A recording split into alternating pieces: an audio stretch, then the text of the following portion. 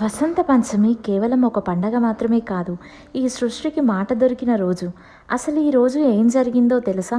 పురాణాల ప్రకారం బ్రహ్మదేవుడు ఈ సృష్టిని చేసిన కొత్తలో అంతా నిశ్శబ్దంగా ఉండేది. ఎక్కడ చూసినా జీవం లేని మౌనం.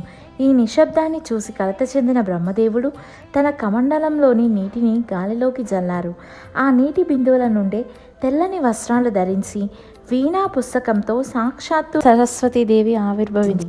ఆమె తన వీణను మీటగానే మూగబోయిన ప్రకృతికి స్వరం వచ్చింది. పక్షులు కిలకిల రావాలు, నదుల గలగలలు, ప్రపంచానికి జ్ఞానం, కలలు లభించాయి. అందుకే ఆ చదువుల తల్లి పుట్టినరోజైన ఈ రోజున పిల్లలకు అక్షరాభ్యాసం చేయిస్తారు. ప్రకృతి అంతా పసుపు రంగు పువ్వులతో కలకలలాడుతూ వసంతకాలానికి స్వాగతం పలుకుతుంది.